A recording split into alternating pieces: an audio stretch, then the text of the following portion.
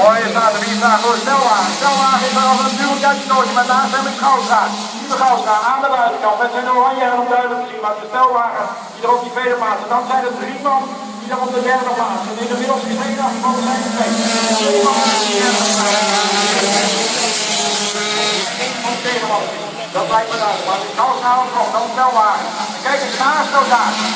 Naast elkaar, ja hoor, het is de 95 van Mike met naast hem Jan de Berg staan. Die hebben elkaar weer gevonden om die derde plaats. En dan is het Dylan Ottens met het nummer 46 op de 5e plaats. Maar we kijken naar de overkant naar de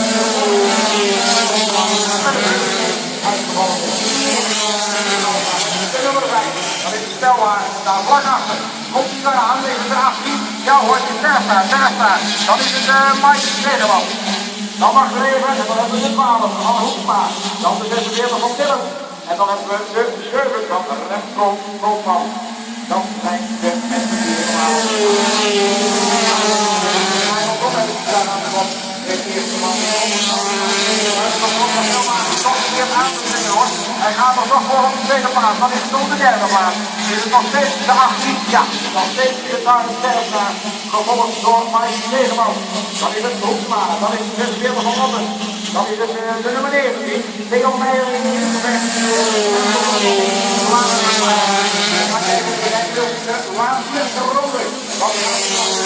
Nog bij Machten. De plaats op de schuiver. Lijkt er niet op.